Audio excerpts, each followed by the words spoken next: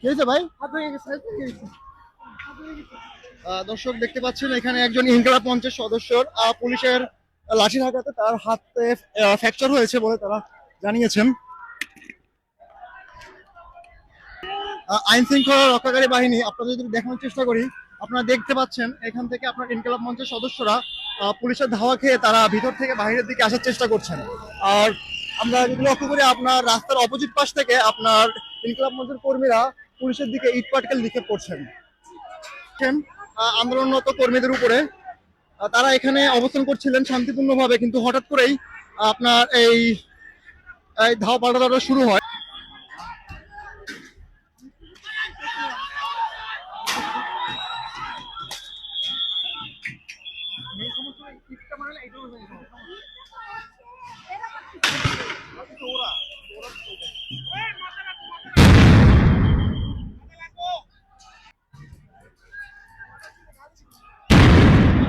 দর্শক এখানে দেখা যাচ্ছে যে আপনার পুলিশ আন্দোলনরত কর্মীদের উপরে ইট পাটকেল নিক্ষেপ করছেন এবং আন্দোলনরত কর্মীরাও তাদের দিকে ইট পাটকেল নিক্ষেপ করছেন। এই মুহূর্তে আমরা যমুনার সামনে অবস্থান করছি, প্রধান উপদেষ্টার বাসভবনের সামনে। এখানে আপনার আইন শৃঙ্খলা রক্ষাকারী বাহিনী কঠোর অবস্থান ধরে রেখেছেন।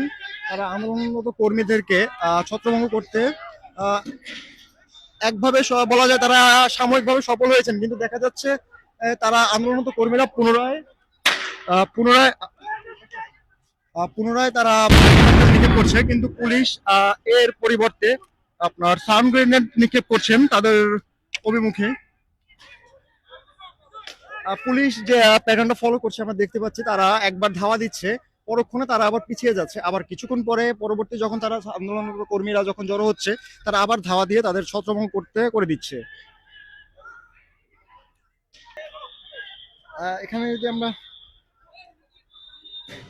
ভাই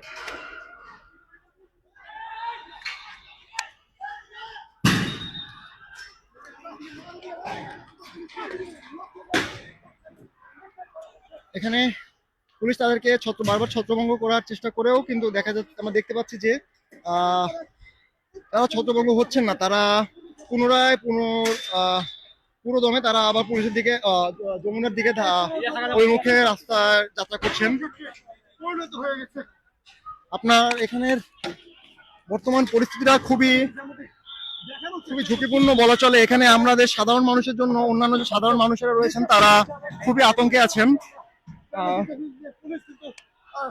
সরকারি বাহিনী আবারও আপনার সংঘবদ্ধ যে ছাত্ররা ছিল, ইনকিলাব মঞ্চের সদস্যরা, তাদেরকে ধাওয়া করছেন। এখানে তাদেরকে এক কথায় তাদেরকে আপনার সংঘবদ্ধ হওয়ার কোনো সুযোগ আইন শৃঙ্খলা রক্ষাকারী বাহিনী তাদেরকে দিচ্ছেন না।